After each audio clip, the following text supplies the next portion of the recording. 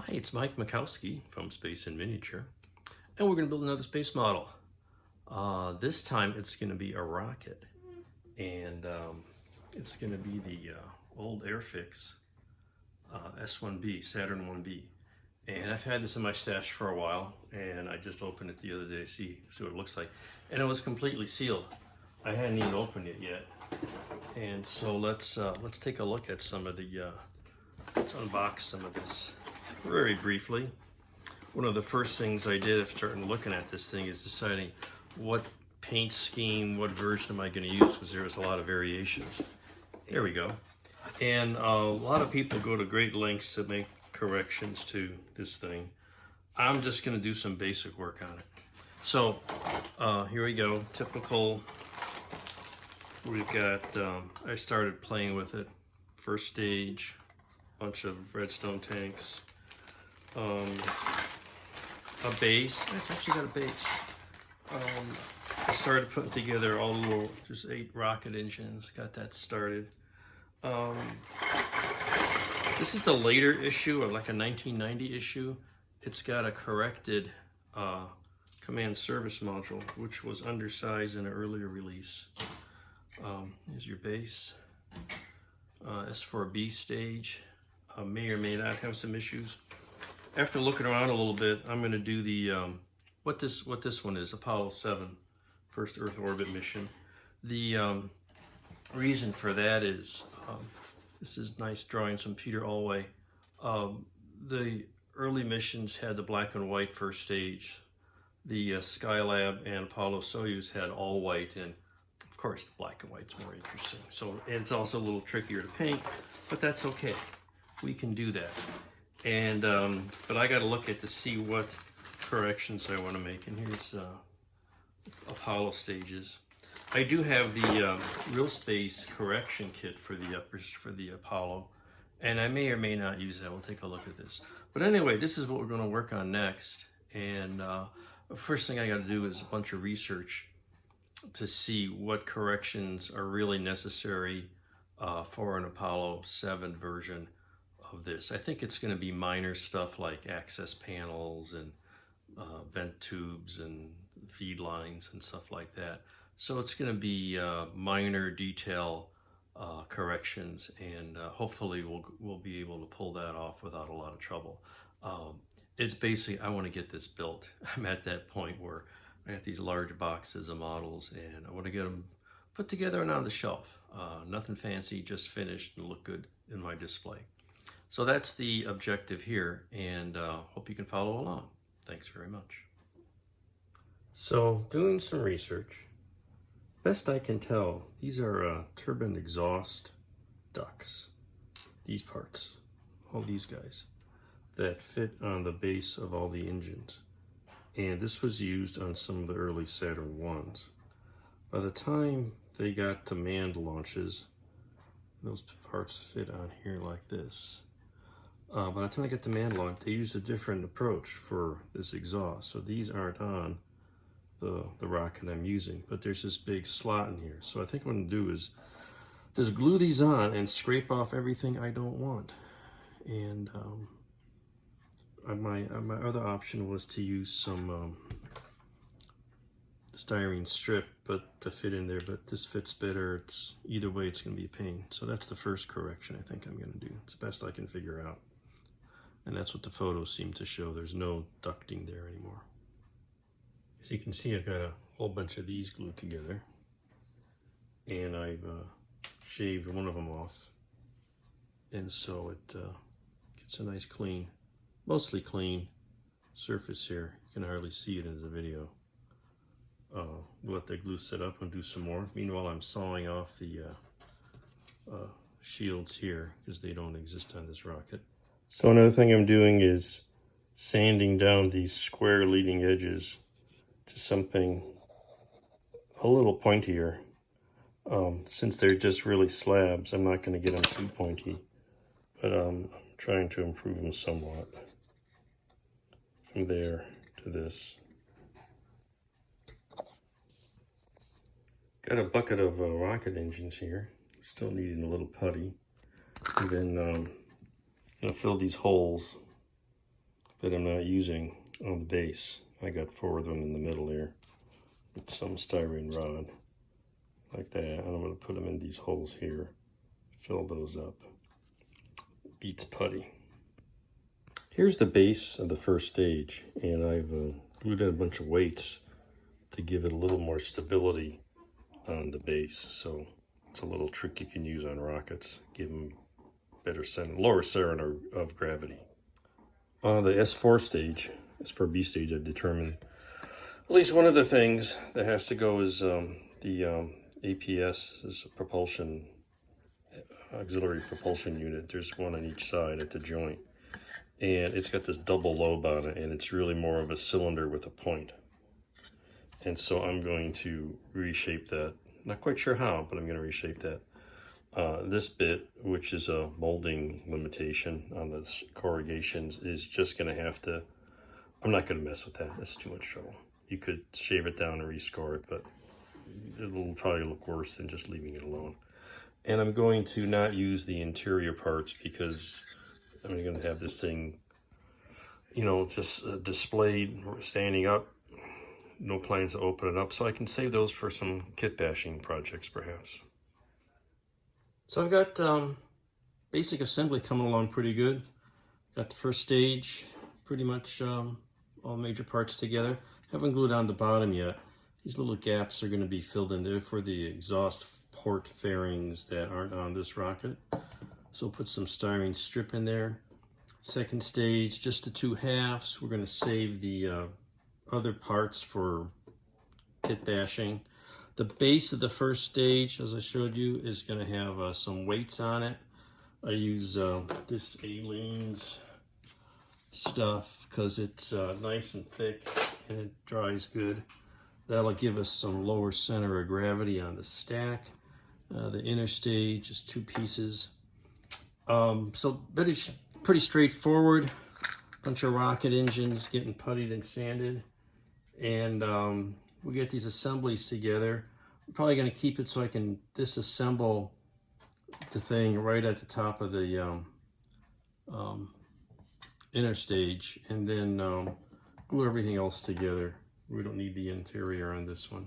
So that's coming along. So these fairings are got like a double bubble shape. They need to have just a single, like a half cylinder with a cone at the front. So what I'm doing is I'm gonna make a little slice in here, and now I'm gonna make a little slice on the top and just make it a little narrower as see, I got the blade in there, and I'm going to just gently slice that out to take a little of the width away. And then I'll probably fill it with putty, or more likely Aves epoxy sculpt, because that stuff is nice and hard and it's easier to sculpt and turn into a half round. So now we get that out of there, and it's not going to be exact, but it'll be an improvement over what's in here. And so we've got this, just shave a little bit of that off of there. You get the idea. There we go. Take a little piece off so it's a little bit narrower, and we can sand that down and proceed. Do that in 4 places and see what we can come up with. Time to clean up this seam here at the bottom of the first stage. I got this little electric tool. It's got a bunch of little tips on it, and it's great for sanding stuff like this. At least for the first pass. We'll go over it by hand later, but you know, there's some steps here. Tried to get it lined up, but you're never going to get it perfect. So you clean it up the best you can here, put a little putty on it, and hope for the best.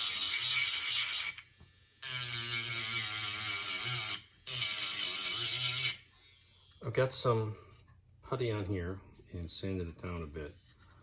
Looks like it needs a little more sanding. And then I'm going to glue in this thing to the bottom and get it aligned right, and then fill these slots in with some styrene strip, and then we'll get some primer on the whole thing. So I got some styrene strip, and I'm going to fill these little gaps here, cut a few pieces off, and glue it in there, and then we'll let that set up, and then we'll trim and sand it down, and hopefully won't need any putty. If there's any small gap, we can fill it with some CA or some thick Mr. Surfacer primer. Brush that on, and that fills gaps and scratches pretty nicely. There you go. Take care of that. Well, I took a sheet of styrene and cut a bunch of little rectangles out. These are going to go eventually on these antenna panels here. There's a pair on each of the 4 quadrants, and I'm going to glue them on after I paint. I'll paint these white because they all actually, this tube here is going to be black on all the places where these panels go. So, and this is going to be white, so it's much easier to paint that black and just glue this on top later. But I got these cut out and they're ready to go. And I started marking the quadrants here so I know what I'm doing in terms of getting this cleaned up. At the bottom, there's these little rings around the outer engines, and there's like a little heat shield on there. This is a very light embossed version of that. So I got some insulated wire and just wrap it around some round tools to make a shape that matches. Oops, maybe if I put it where you can see it, and that'll get glued on there. Pretty simple little fix. Okay, there's just some pieces of wire glued on, and the gaps are filled with super glue. And if you notice, I'm starting to work on these support struts. So here's a picture of the real thing. And, you know, they're going to be a lot more complicated than the simple versions I'm putting on.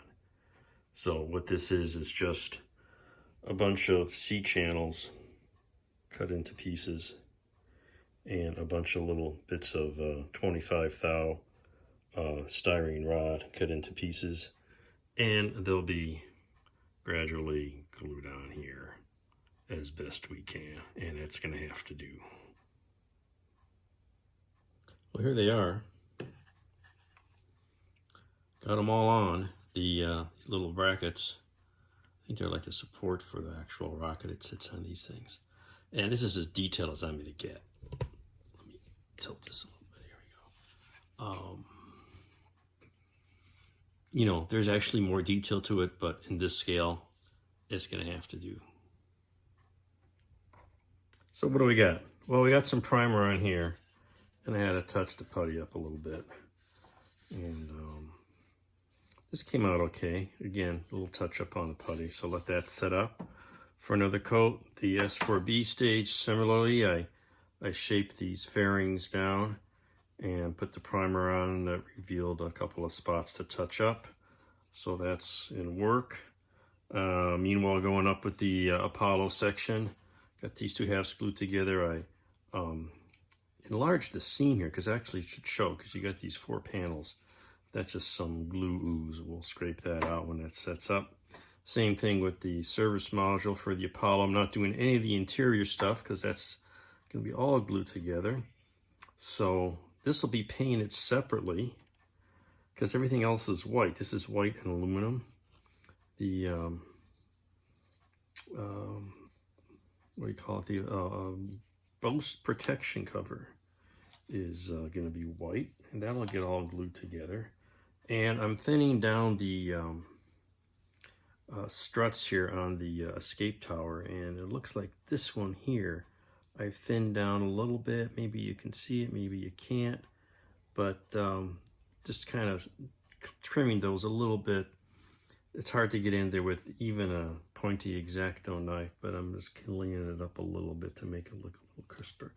So that's coming along, And then we'll get the painting soon. We get that primer on there, and that'll actually serve as the white coat. So we're moving good.